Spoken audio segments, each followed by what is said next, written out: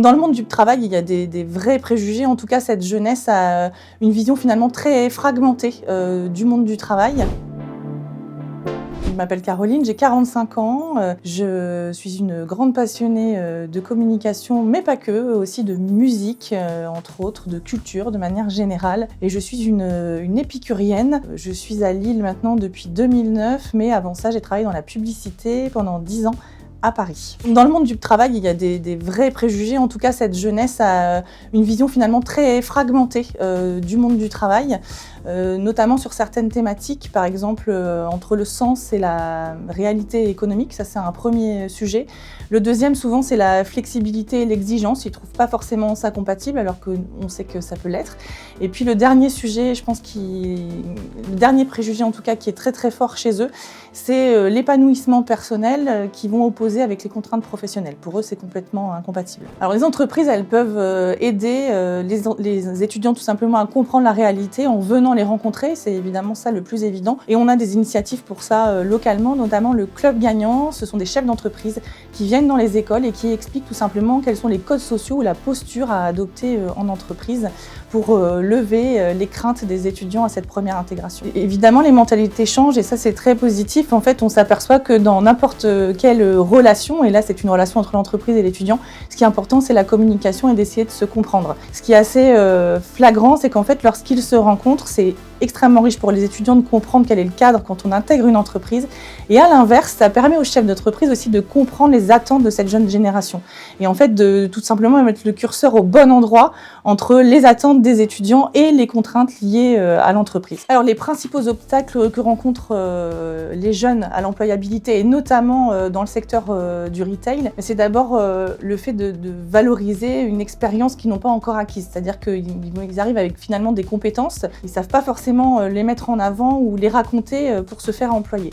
Ce qui est extrêmement rassurant ces derniers temps, c'est qu'on va de plus en plus vers le fait de finalement faire confiance à un potentiel plutôt qu'à des compétences, puisque les compétences, on sait très bien que forcément on arrive pour un premier poste et qu'on n'a pas toutes les compétences, donc on va monter en compétences et l'entreprise doit accompagner ces jeunes à grandir.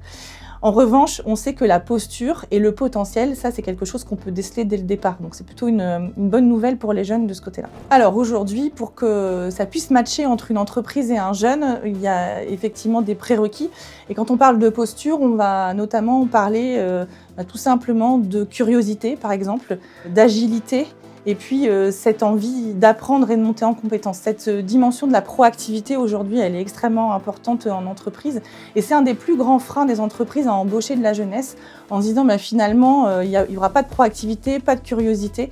Et donc, c'est un petit peu compliqué parce que ça va nous prendre du temps de les accompagner. Eh bien non, il y a encore des jeunes qui ont envie aujourd'hui de monter en compétence et qui ont cette ambition-là et qui ont ce mindset qui permet en tout cas à une entreprise de les faire grandir. Pour renforcer l'employabilité locale, aujourd'hui, la marque, ce qu'on appelle la marque employeur, c'est fondamental. Donc, beaucoup d'entreprises ont pu le comprendre et on parlait tout à l'heure de retail. Il y a un effort conséquent qui est fait par rapport à ces entreprises du retail qui travaillent leur marque employeur tout simplement en communiquant et en levant les freins auprès de la jeunesse. Donc il y a beaucoup aussi de visites d'entreprises qui sont faites. Aujourd'hui, il y a des journées où carrément on peut aller de manière ouverte dans des grandes enseignes de grande distribution pour aller rencontrer les équipes et puis voir aussi quel est l'environnement de travail, parce que dans l'inconscient collectif et chez les jeunes, souvent on se dit le retail c'est pas très attractif, on n'est peut-être pas bien payé, c'est pas des métiers qui sont bien valorisés, et aujourd'hui dans le retail notamment, on va de plus en plus vers expliquer quels sont les enjeux du retail aujourd'hui, et comme on sait qu'ils sont en difficulté, ils se tournent vers l'innovation, vers la technologie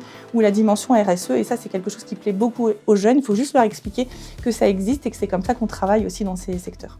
Alors le type d'intégration efficace, alors l'onboarding c'est indispensable, et je le dis parce qu'il y a encore des entreprises qui ne passent pas beaucoup de temps sur l'onboarding parce que tout le monde a une charge de travail importante, c'est vraiment fondamental. Et puis en fait c'est quand dans n'importe quelle relation, en fait quand on emploie quelqu'un, c'est une relation humaine qui commence, comme quand on se met en couple et qu'on habite avec quelqu'un au départ, il faut réajuster en permanence, reposer le cadre et voir aussi comment l'un ou l'autre on se sent dans la relation. La difficulté de ça, parfois, c'est que ça demande aux entreprises de se mettre au niveau du jeune en fait, et d'avoir un échange tout en transparence et en pédagogie. Cette notion de fermeté et de justice en entreprise, elle est extrêmement importante. Je trouve que c'est une génération qui veut tout de suite, très vite. Parfois, sont vécues comme une injustice, des choses qui sont juste normales, mais parce qu'elles ne sont pas accompagnées. C'est-à-dire qu'on doit aussi expliquer aux jeunes la réalité économique d'une entreprise, que en fait, pour une entreprise, pour grandir, eh bien, il faut plein de choses. Il faut de la trésorerie, de la visibilité sur les clients, et que cette montée, en fait, tout simplement en poste, ou en tout cas en responsabilité dans l'entreprise,